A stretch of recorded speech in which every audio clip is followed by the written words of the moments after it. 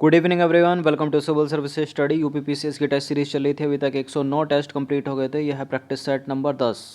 ठीक है, 2021 के लिए टेस्ट सीरीज चल रही है और इस टेस्ट में हम फोकस करने वाले हैं ज्योग्राफी के प्रश्नों पर। इस पूरी की पूरी टेस्ट सीरीज़ का लिंक आपको प्लेलिस्ट का लिंक जो है डिस्क्रिप्शन बॉक्स में मिल जाएगा। वहाँ पर आप टेस्ट नंबर 1 से लेकर 110 तक पहुँच सकते हो। तो क्वेश्चन नंबर 1 है, हिमालय पर्वत, यूराल पर्वत, रॉकी पर्वत, एंडीज पर्वत आदि किस प्रकार के पर्वत के उदाहरण बताइए। किस प्रकार के पर्वत हैं ये? अवशिष्ट पर्वत नहीं है, संचित पर्वत नहीं है, ब्लॉक माउंटेन भी नहीं है, वलित पर्वत हैं ये। Option number C, option number B. तो देखिए, ये वलित पर्वत के उदाहरण हैं। यह लसदार पर्वत हैं, लहरदार पर्वत हैं, जिन पर असंख्य अपनतियाँ और अभिनतियाँ होती हैं। यह पृथ्वी के आंतरिक शक्तियों से धरातल की चट्टानों के मुड़ जाने से बनते हैं। ठीक है। कोलोराडो का जो पठार है वो किस प्रकार के पठार का उदाहरण है? कोलोराडो का पठार जो है, क्या वो पर्वतपदीय पठार है, क्या वो महाद्वीपीय पठार है, क्या वो अंतर पर्वतीय पठार है, या फिर तटीय पठार है? कोलोराडो का पठार, कोलोराडो का पठार कैसा है? अंतर पर्वतीय पठार है। ऑप्शन नंबर सी है इसका आंसर। तो कोलोराडो का पठार जो है अंतर पर्वतीय पठार का उदाहरण है। पर्वतमालाओं के बीच बने पठार को अंतर पर्वतीय पठार कहते हैं। मैक्सिको का पठार भी अंतर पर्वतीय पठार का उदाहरण है। विश्व में सर्वाधिक डाकघर वाला देश कौन सा है? किस देश में है सर्वाधिक डाकघर, इनमें से बताइए। भारत में है। किस देश में है? भारत में है। तो विश्व में सर्वाधिक जो डाकघर वाला देश है वो भारत है, और सर्वाधिक समाचार पत्र वाला हांगकांग। सबसे बड़ा लैंडलॉक्ड कंट्री कौन सा है दुनिया में? सबसे बड़ा स्थल रुद्ध या स्थल अवरुद्ध देश कौन सा है? कजाकिस्तान। ठीक है। अगर दूसरे नंबर पर पूछा जाए तो कौन सा है? मंगोलिया। तो स्थल रुद्ध या लैंडलॉक्ड देशों में कजाकिस्तान जो है सबसे बड़ा देश है, जबकि मंगोलिया जो है दूसरा सबसे बड़ा स्थल रुद्ध देश है। महावेली गंगा किस देश में बहती है? किस देश में बहती है महावेली गंगा? भारत में या श्रीलंका में, नेपाल में या भूटान में? श्रीलंका में बहती है। महावेली गंगा कहाँ बहती है? श्रीलंका में। श्रीलंका की सबसे बड़ी नदी है ये। पहले किस पर्वत को चोटी 15 कहा जाता था?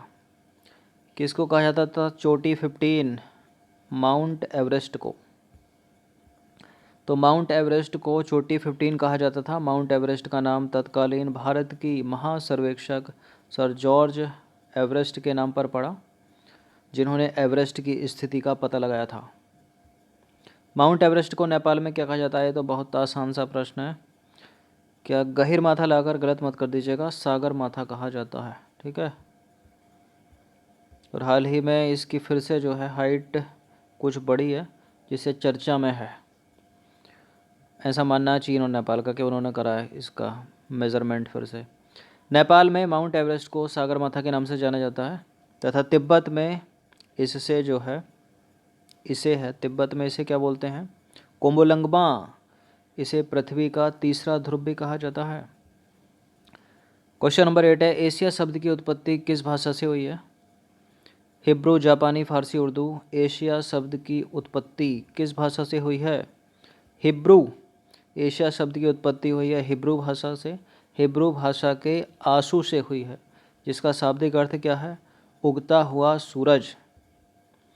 एशिया को उत्तरी अमेरिका महाद्वीप से कौन सी जलसंधि अलग करती है?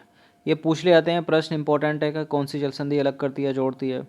ये बेरिंग हो गया, एक है बास स्ट्रेट, बहुत पूछा जाता है।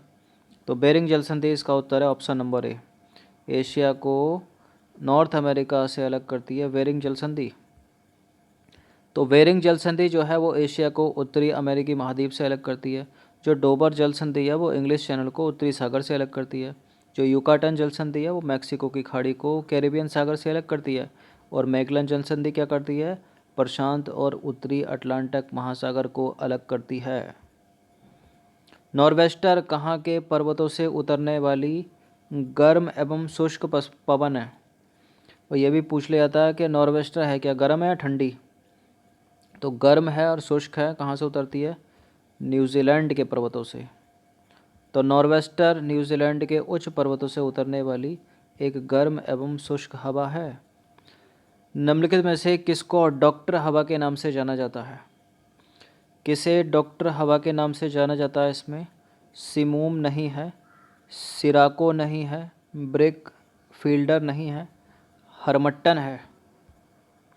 तो हरमट्टन को डॉक्टर हवा गिनी के तट पर कहा जाता है। यह सहारा रेगिस्तान से उत्तर पूर्व दिशा में चलने वाली गर्म एवं शुष्क हवा है। गर्म एवं शुष्क है हरमट्टन भी। यह पवन सहारा से गिनी तट की ओर बहती है।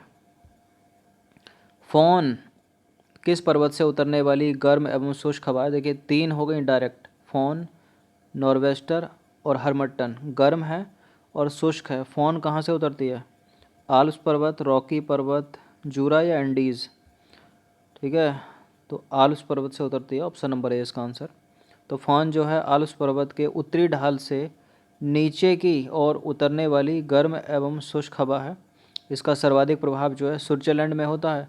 इसके प्रभाव से बर्फ़ पिघल जाती है और पशु चारकों के लिए चारागाह मिल जाता है। इसके प्रभाव से अंगूर जल्दी पक जाते हैं। इनमें से कौन सी पवन इंडोनेशिया में तंबाकू की खेती को बहुत नुकसान पहुंचाती है? कौन सी है? कोयम्बेग। कौन सी है? कोयम्बेग है जो इंडोनेशिया में तंबाकू की खेती को बहुत नुकसान पहुंचाती है। तो देखिए कोयम्बेग जावा इंडोनेशिया में बहने वाली गर्म हवा है। यह तंबाकू की खेती को नुकसान पहुंचाती है। सांता आना कैलिफोर्निया में चलने वाली गर्म एवं शुष्क धूल भरी आंधी है। बात करें शामल की तो देखिए सांता आना भी गर्म और शुष्क है। ठीक है, इन सबको याद रखिएगा। शामल जो है इराक तथा फारस की खाड़ी में चलने वाली गर्म एवं शुष्क हवा है। शामल भी गर्म शुष्क हो गई। गारिज दक्षिण पूर्वी ईरान में चलने वाली गर्म हवा, देखिए गारिज भी गर्म हो गई। मिस्ट्रेल कहाँ बहने वाली स्थानीय शीतल पवन है?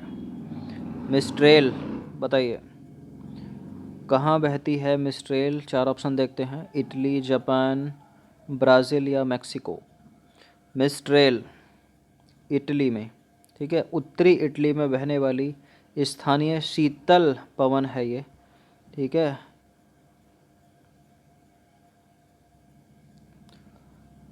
देखिए मिस्ट्रल भी लिखा हुआ मिल सकता है आपको। ठीक है, ये शीतल है। हरमट्टन गर्म शुष्क भी। अंतिम प्रश्न है, जेट प्रवाह कितने किलोमीटर की ऊंचाई पर प्रवाहित होती है? कितने पर चलती हैं जेट प्रवाह? 6 से 20 तो है नहीं, 25 तो ज़्यादा हो गया। 18 या 12 बताइए। देखिए ऑप्शन नंबर डी है इसका आंसर। क्षोभ मंडल की देखिए उत्तरी परत से जो है बहुत तीव्र गति से चलने वाली संकरी नलिकाकार विसर्पी पवन प्रवाह को जो है जेट प्रवाह कहते हैं। यह 6 से 12 किलोमीटर की ऊंचाई पर पश्चिम से पूर्व की ओर प्रवाहित होती है। ठीक है, 6 से 12 किलोमीटर की ऊंचाई पर चलती है ये, और वेस्ट टू ईस्ट चलती है, पश्चिम से पूर्व की ओर। तो 15 प्रश्न थे ज्योग्राफी के, इनकी प्रैक्टिस एक बार तो कर ही लीजिएगा। धन्यवाद। यूपीएससी की टेस्ट सीरीज़ भी साथ साथ चल रही है, डिस्क्रिप्शन बॉक्स में उसका लिंक है, उसका लाभ उठा सकते हो आप। सिविल सर्विसेज स्टडी के टेलीग्राम चैनल से ज़रूर जुड़ जाइएगा। ठीक है, धन्यवाद।